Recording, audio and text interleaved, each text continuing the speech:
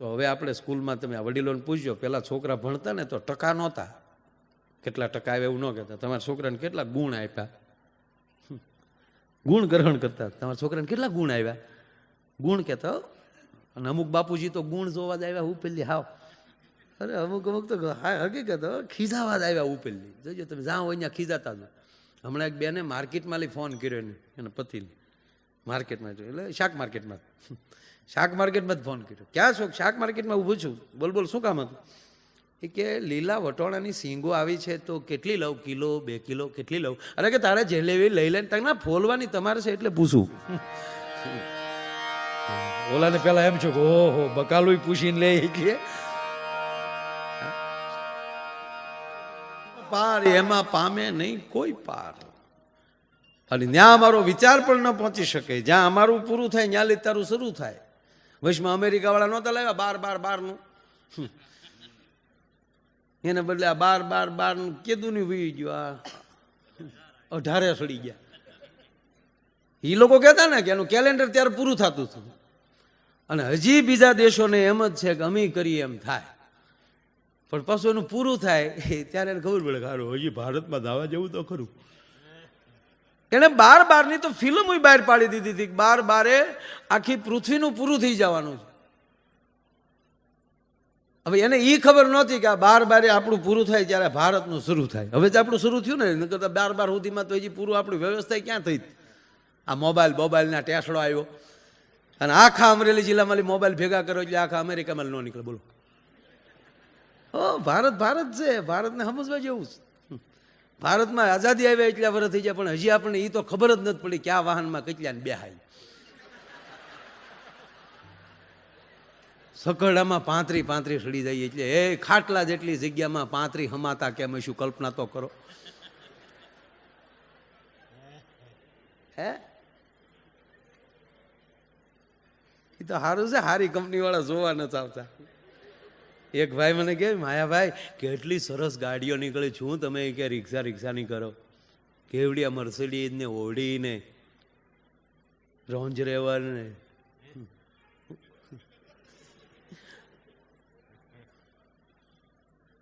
મને કે 10 અંદર એરબેગ, ગાડી અથડાય ને તો બધી બાજુથી એરબેગ ખુલી જાય, આપણે કાંઈ ન થાય. વેમ માર્યો હતો ને આપણી વખતે ખુલે નહીં ડું, ન ખુલે આપણી વખતે. શું થાય લો, ધડાકો બોલી જાય, શું કરજો. પછી મેં એને કીધું, મેં ગાંડા આ એરબેગોની આપીને કંપની વાળાએ એ આપણી સેફટીમાંથી નથી આપી. હકીકત છે. કોઈ એમ કહેતું કે બીજા માટે રામ કરો. મને કે તો મેં કીધું કંપની વાળાએ એરબેગો એટલે આપી કે હપ્તા દીધા વગરનો મરી ન જવો દો. આ એની સેફટી છે. કાલ પ્રમ દિવસે મુંબઈ પ્રોગ્રામ હતો, આટલું જ માણા, એટલે મારે સહજ કહેવાય ગયું. મેં ગાતા મરી ગયા હોય તો કોઈ આયોજકો એમ ન કે હવે પ્રોગ્રામ બંધ કરી નાખી ફલાણા ભાઈ નહીં, એને હળુક વાહ લઈ જાઓ, બીજા પ્રોગ્રામ મૂકે. માણસો ક્યાં જાય બિચારો, પ્રોગ્રામ ક્યાં બગાડે કે? વેમમાં રહેવું જ નહીં. આપણે હાટું સમાજ જીવે છે. હે હવે એનો તો થઈ ગયો, બધાને હેરાન કરે. બીજો તાત્કાલિક કોઈ બોલવાળો બેહાડી ગયો. અરે હમણાં હું ભાઈ 1 મહિનો થયો, 1 મહિના પહેલાં હતા, વાળે હાવ ઝીણા હતા, ધાર્યા કોઈ ઓળખતા નહોતા મને. 1 મહિના પહેલાં તે મહેસાણા પ્રોગ્રામમાં ગયો ને, તે વજુભાઈ 1-1.5 કલાક પ્રોગ્રામ આવ્યો ને એક ભાઈ આવ્યા રૂપિયા નાખવા, ઘોર કરતા ગયા ને કહેતા મને કે માયાભાઈ જેવું જ બોલો. હા, માયાભાઈ જેવું જ બોલો હોય એનો અર્થ નથી કે તમારે જીકે જવાનું. આ પબ્લિક માયાભાઈનો સાંભળો આવ્યો છે, ક્યાં છે ખોડો. હવે મારે કેમ કેવું કે હું જ સૌ એમ હતા બધા સાક્ષી છે બધા. 1 મહિનો થયો લ્યો. મારો કહેવાનો અર્થ, તમારી બહારની સ્ટાઇલમાંય થોડો ઘણો ફેર થઈ જાય તો સમાજ ઓળખી નથી શકતો. તો જ્યારે અંદર ફેરફાર થાય તો સમાજ કેમ ઓળખશે? અંદરનો આત્મા ખાલી બહાર વયો જાય સાહેબ. એટલે कोई आए कोई जाए ये तमाशा क्या है, समझ में कुछ नहीं आता ये दुनिया क्या है. आने वाले चले जाते हैं वापिस, लेकिन जाने वाले नहीं आते, तरीका क्या है. और जब सांस की डोरी टूटेगी तब दोस्त तेरा यूं बोलेगा कि अब जल्द ले जाओ इस ढेर में रखा क्या है. અને रोने वाले को हंसकर कहता है जना जा, रोने वाले को हंसकर कहता है जना जा, ठहर जा लौट के आता हूं, तरसता क्या है. રોવા હું બેઠો, તારું બુકિંગ છે જ આમાં. એક ભાઈના પત્ની ગુજરી ગયા, તે નનામી નીકળી સ્લીપિંગ કોર્સ, રામ રામ રામ. હા, હવે રામ રામ કરતા જતા હતા ને ગામના ચોકમાં લીમડાની ડાળ પ્રણુભાઈ થોડીક નીચી, એ ડાળ બેનને તાળવે લાગી ગઈ. મૂળ બેન ગુજરી ગયેલા નહીં, તાળવે જીવ ચડી ગયેલો, પણ આવડે ઉતાવળ કરી નાખી, જલ્દ લે જાઓ ઢેર મેં રખા ગયા હે. પણ જેવો તડાકો બોલ્યો અને બેન જાગૃત થયા. ઘણા હિન્દુસ્તાનમાં દાખલા છે સાહેબ, શમશાનેલી પાસે આવેલા.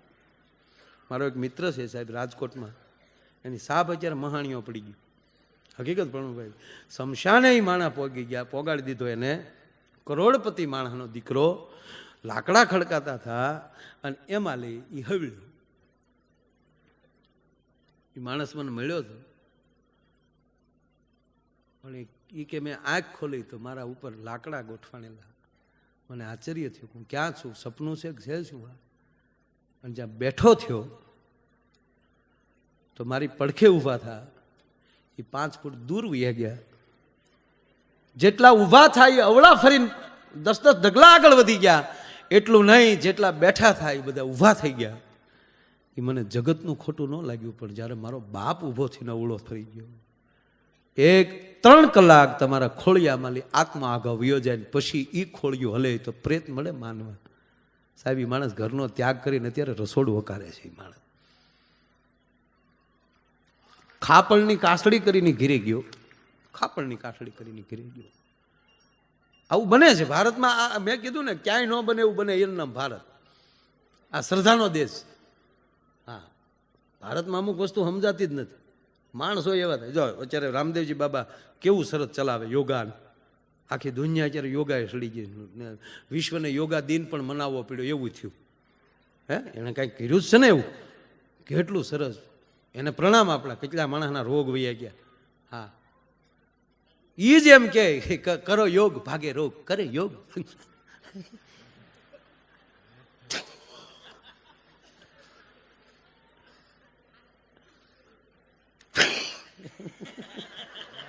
મજા આવે, એક તને જોઈ તોય મજા આવે. એક ભાઈ મારી પાસે ખીજાણા હો, મને કે હું સોઈટ્યા. મેં કે કામ? મને કે ઈ એની આ ખરકી ન કરી કે દુનિયા હરકી થાય તને. મેં કીધું એવું ન હોય, એવો મુદ્દા દેશમાં હોય, એવું કાંઈ ન, બધું કાંઈ કોઈ સારું એનાથી થાય છે ને સારું એ કરો ને ભાઈ. અને પાછું વાતે હાશી, એ જ પોતે જ એમ કે કરો યોગ તો ભાગે રોગ. તો એના એ દવા શું કામ વેસે? અને એની દવા એ સાહેબ પરદેશમાં લે આવતી દવા બંધ થઈ, સ્વદેશી હિન્દુસ્તાનનું એને તાળીઓથી વધાવવા પડે સાહેબ. કેટલી બધી, પણ આ કરે યોગ ભાગે રોગ, પાસે દવા આવી વેસે.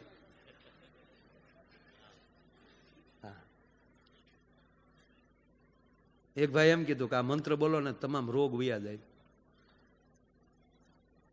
આમ તો રજનીશજીની વાત છે. રજનીશજી માણસને મળવા ગયા, તો મળવા જેવું. તે ત્યાં ગયા તે કીધું કે આ ક્યાં છે મહાપુરુષ? થાકી હોસ્પિટલમાં છે.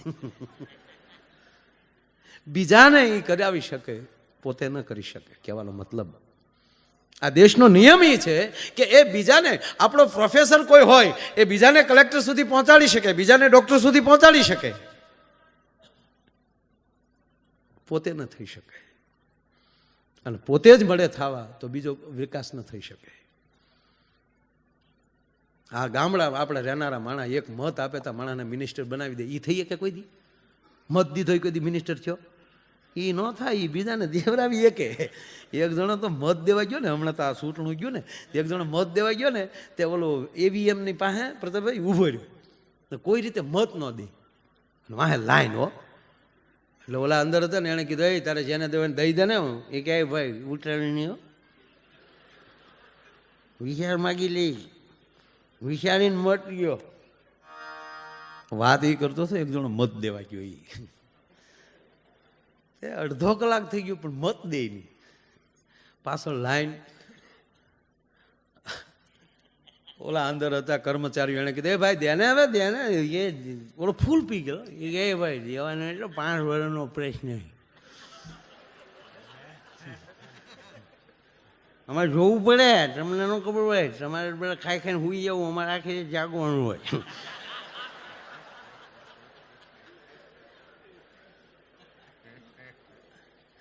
બસ આવા મહાપુરુષો પાસે કાંઈ જ્ઞાનની ન કરાય. આવું કરીને એ રાજી થઈ જાય, આખી દુનિયા જેને સાંભળતી હોય ને એ રાજી થતા હોય ને એ પોતે રાજી થાય એટલે અમારો ફેળો સફળ.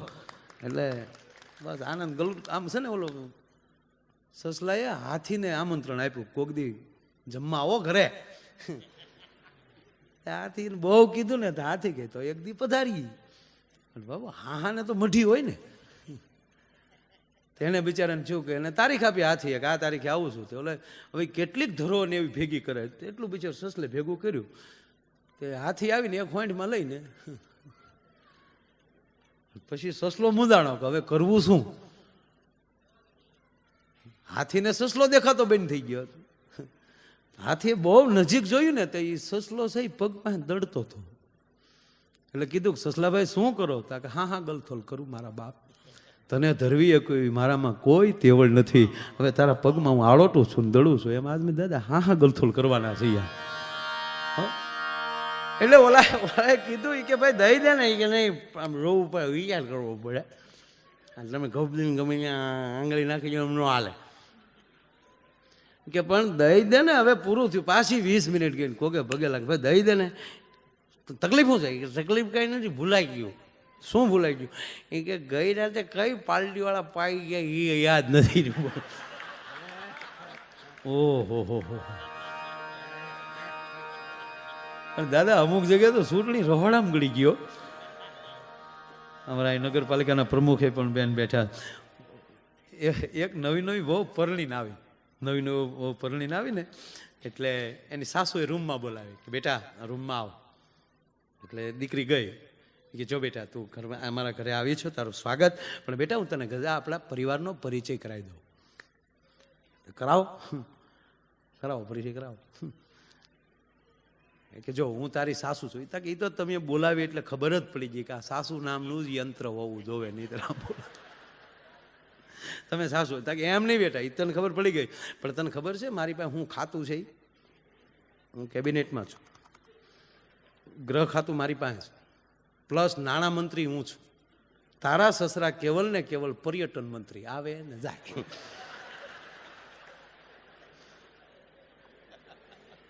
આ બોલજો. અને મારો દીકરો અને તારો પતિ એ ઉદ્યોગ મંત્રી છે, વિકાસ મંત્રી છે, બાંધકામ સમિતિ સંભાળે છે. આ બધું તારા પતિના પાસે ખાતું. અને મારી દીકરીને તારી નણંદ એ જાસૂસ મંત્રી છે. હવે કે બેટા કે હવે તારે કયું ખાતું જોવે? ત્યારે ઓલીએ કીધું હારા ખાતા બધા લઈ ગયા, હવે અમારે તમારા કેબિનેટમાં નથી બેહવાનું થતું. તો હવે હું બેહી વિરોધ પક્ષમાં ને તમારી સરકાર નહીં હાલવા દઉં. લે ઓહો હો.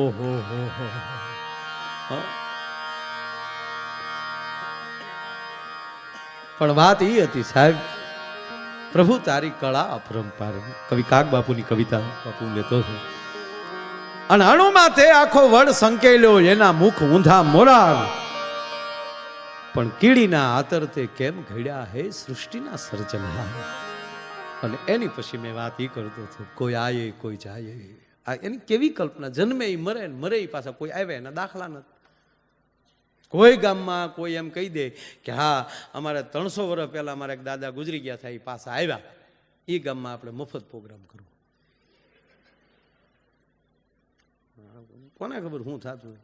ગયો ઈ ગયો.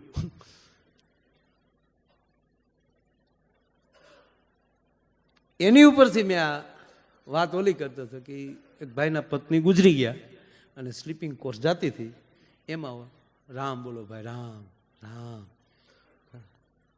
અમુક તો તેથી જ નિહાકા રાખ્યો, રામ રામ.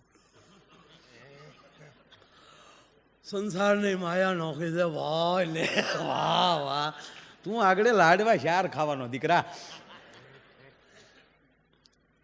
જેથી નહોતા ભાંગતા તેથી તું પિત્તળની થાળીને કાંઠે ચડાવતો ઈસો.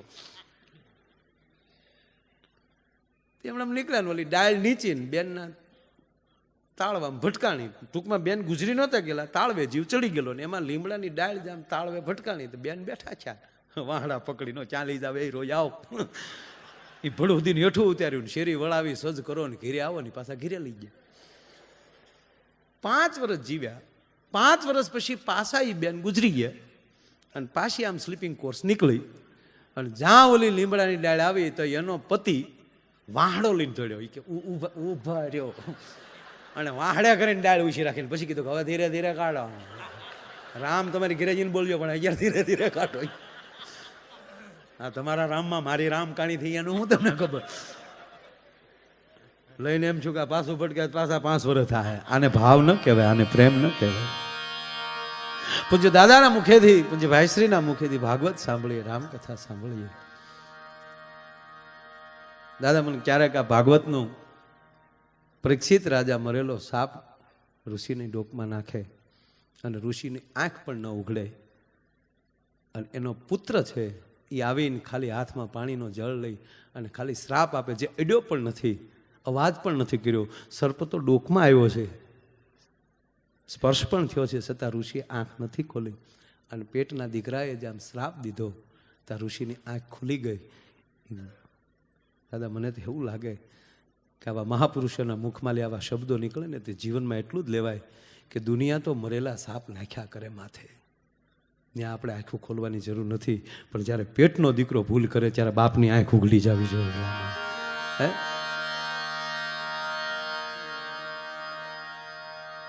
તમામ કળા એ જે કાંઈ કરે છે એ ભગવાન કરે છે. કોઈએ પૂછ્યું, ભીષ્મ બેઠા હતા દ્રૌપદીના વસ્ત્ર હરણ થતા હતા અને ભીષ્મ બોલ્યા કેમ નહીં? ત્યારે એવું જ થાય કે ભીષ્મને ભરોસો હશે કે આવી ઘટના હોય એની આજુબાજુ ક્યાંક કૃષ્ણ હશે, ખોટું માથું ન મરાય. મગર ભીષ્મ નો બોલે, ભૂકા નો કાઢ નાખે, દુર્યોધન કોની ભેગો પાડી દે એવો દાદો. પણ છતાં કીધું કે ઘટના એને કરવી છે. આ કળા બધી એની છે. એટલે કહેતો હતો કે આને વાલે ચલે જાતે હે વાપિસ લેકિન જાને વાલે નહીં આતે, એ તરીકા ક્યા હૈ? અને જબ सांस की डोरी टूटेगी तब दोस्त तेरा यूं बोलेगा कब जल्द ले जाओ इस ढेर में रखा क्या है. અને આવી કથાઓના જે આયોજન કરે ને જેને આપણે દાતા કહીએ કે ફલાણા દાતા એટલું આપ્યું, આ દાતા શબ્દ મને બહુ ગમે છે. આ ધરતી ઉપર અનેક વૃક્ષો ઊભા છે, અનેક વન ઊભા છે, અનેક વૃક્ષો કપાય છે, અનેક લાકડું કપાય છે, એની અનેક વસ્તુ બને છે, ફર્નિચરથી માંડીને બોટું સુધી, સ્ટીમરો સુધી, વાણ સુધી. પણ ક્યારેક ક્યારેક દાદા એવું થાય કે એમાં કયું લાકડું ભાગશાળી છે કે દતાળનો દાંતો બનતું છે અને ધરતીને વાવતો જતો છે, વાવે ઈ અને લણે બીજા. એમ ક્યારેક ક્યારેક એવું થાય આવા યજમાનોને જોઈ ત્યારે કે એવી કઈ માએ એવા પુણ્ય કર્યા છે કે એના સંતાનો આવા દાતામાં નામ દખાવે છે. આ દાતા શબ્દ ન્યાલી છે, જે વાવતો હોય એ હણુમાં તે આખો વડ હંકેલો, એના મુખ ઊંધા મોરાર. તમે ગમે એમ વાવીને મારો કોટો સીધો જ ફૂટે. નગર કોઈ દેવું બન્યું કે આ બિયારણ વાવવા ગયો ને તો આવડ્યું નહીં, તે બાજરાના છોડવા હેઠો ફાડીને ઓડી કોઈ નીકળી ગયા, ત્યાં કોટા બારા નીકળ્યા. એ જે સાહમાં પડ્યું પણ દાણા અમુક અમુક છે ને આમ બધા આપણે વાવેલું જ છે, ઘણા એમ બેઠા બધા આમ વાવતા હોય, એમાં જેટલા મુઠ્ઠીમાલી દાણા પડે ઓળણીમાં જાય, ઓળણીમાલી દાંડવામાં જાય, એ પાછો દાતા એને જ ક્યાંક હોહરવું વાવતો જાય. પણ અમુક અમુક છે ને પીંડ બાંધી જાય. પીંડ મેં તો સમજતા હે ને, એને ગારો ચોટી જાય દાતાની હેઠે ને પીંડ બાજુ કે ઈ દાંડવું બંધ થઈ જાય. એટલે ખખડતું બંધ થાય એટલે ખેડૂતને ખબર પડે કે આ ખખડતું બંધ થયું. ઘણા ઘણા ઘણા ખખડતા બંધ થઈ ગયા ને ડાબો નાખીને બેસી જાય. આપણે આગળ એ લોકો જે કરતા હોય એ કરતા જ હોય, આપણે જોયા કરાય લે. અને પછી ખેડૂતને ખબર પડી જાય કે આ દાંડવું બંધ થયું એટલે એને ખરપિયાનો ઠોહો મારે અને પછી ખુરદીને એકાચે ખરી જાય. એ ખરે ને એ કારે એને પાછું લઈને હેઠા ઉપર નાખી દે. શું કામ? કારણ કે એ કારે એટલે બધા ન ઉગવા દેવાય. એમ જેણે જેણે ડાબા નાખ્યા ને એ એક હારે ગમે ત્યાં હોસ્પિટલોમાં ગમે ના ખરી જાય છે અને એ સાહમાં નથી પડતા એને આગા નાખવા પડે. પણ આવી કથાઓમાં આવા રૂડા કાર્યમાં જે આપે છે ને સાહેબ, એ સાહમાં પડે છે, એ ઉગે છે, એકના અનેક થાય છે. પણ અમુક અમુક છે ને એમાં લઈ દાણા ઠેકી ઠેકીને ઓળણીની બહાર પડે, એ સાહમાં ન પડે, દાવડામાં પડે. ઉગે તો એ પણ એ આડાવડા પીડ્યા હોય ને એને ખેડૂ ઊભા ન રહેવા દે, બેલ્યું હાકીને પાડી દે. ખેડૂ એટલે બોલો